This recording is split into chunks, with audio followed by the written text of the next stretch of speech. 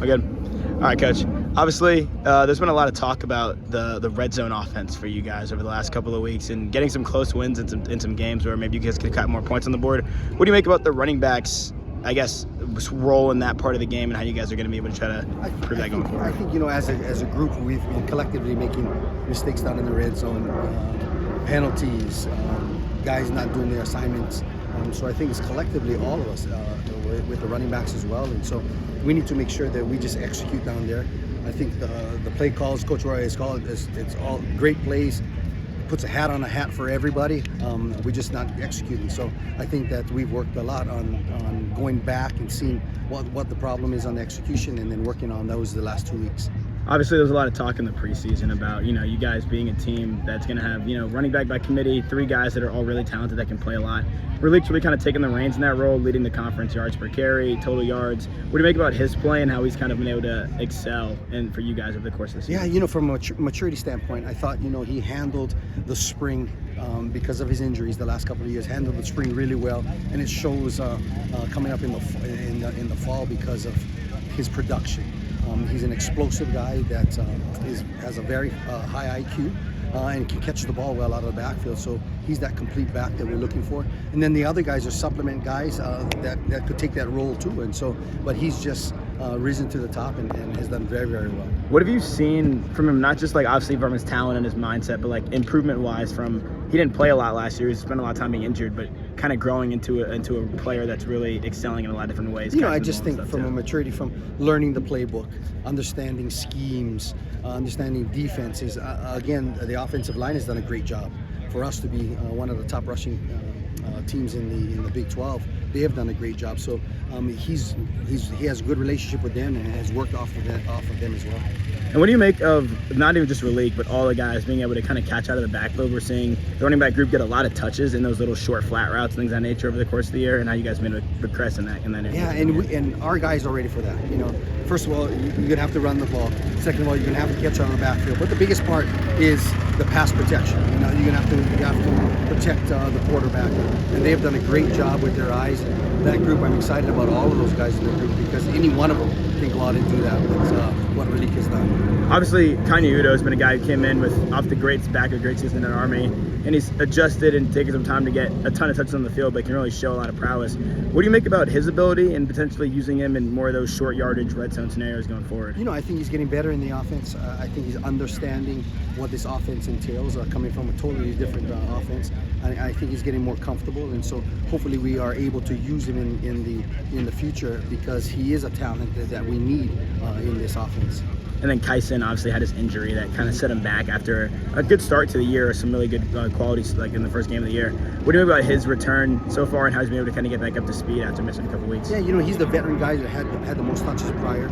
Injury has kept him the last couple of weeks, but he's ready to go. And so he brings that high football IQ, the want to, everything that you want in that room. And so he's kind of a leader in that room, and so I'm excited to see him back. Coming off the bye week, as always, you guys had a couple of really high-level emotional wins and then had a week or so to kind of rejuvenate and get back to it. Is it hard to kind of get back up to speed and make sure that the momentum that you guys had from before isn't lost going into the next game after having a bye in between? Yeah, you always worry about that, but in the long season that we have, it's good to get our bodies recovered, our minds kind of settle down and then regroup to go back. I thought we did a great job last year regrouping after the bye and pulling off what we've done. So hopefully that transforms to this year as well. And what have you seen so far in terms of preparation from Utah?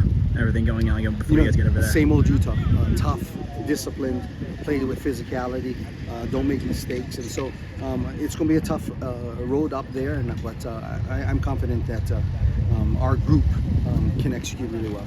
And for you, there's a talk about the rain and storm going on potentially during the game, and kind of that being a factor. And obviously, being a Phoenix-based team in the hot suns of Tempe, you're not getting a lot of rain often. Yeah. How has that preparation been for you guys? I see you guys having water dampen the balls before drills and that kind of stuff too. How's all that been? Yeah, until you play in it, you can't experience that. But our guys, come from the northwest, northwest.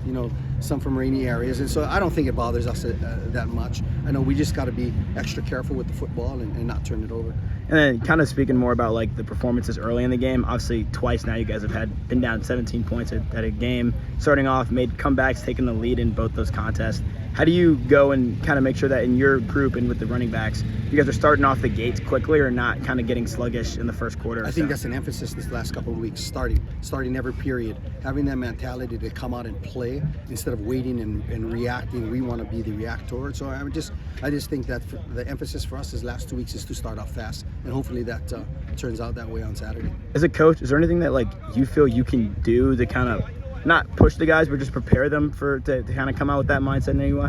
You know, you try to make every start of practice important, and we've started off with good team periods and emphasizing us getting off the ball and all of those kinds of things. And so there's a little things that you can do, but in reality, the kids have to understand that they have to come out and start really fast. Yeah, Ryan asked some great questions, so covered a lot of it. But obviously, looking back at last year, you had a great culture, especially in the running back room. How does losing a key culture guy like that, like Cam Scadaboo, kind of shift the culture? And how would you compare and contrast this culture this year to last year? You know, it's been for the past 7 years that I've been here. We always ask, what is the next guy going to be? It started from Eno to Rashad to X-Validate to Scadaboo. Somebody always steps up. I think the culture in the room understands hard work, understands that there's a sacrifice for the whole team. They have to understand that we have to take care of the football and have that mentality. So recruiting to that room and having those leaders step up and understanding what is asked for in that room, I think has portrayed for those 7 years. And so I think that there's no change. That's why you see that somebody just steps up all the time. Now, and looking for that next person to step up, right? What traits are you looking for in a back when you're looking to find that next Cam, that next Raleek? What kind of helps you fit that mold? You know, somebody has a high IQ that loves football, that can catch the ball out of the backfield, that finishes run, that is with toughness, somebody that's not scared to pass pro, and then somebody that is a team guy. You know, I think in this world today that there's not too many guys that love the game of football, and to find that unicorn is something that we spend a lot of time on, trying to find that guy that loves football, who attacks the game, and that is a perfect fit for our room, because that room is filled with those type of guys. All right, awesome. Thank you, Coach.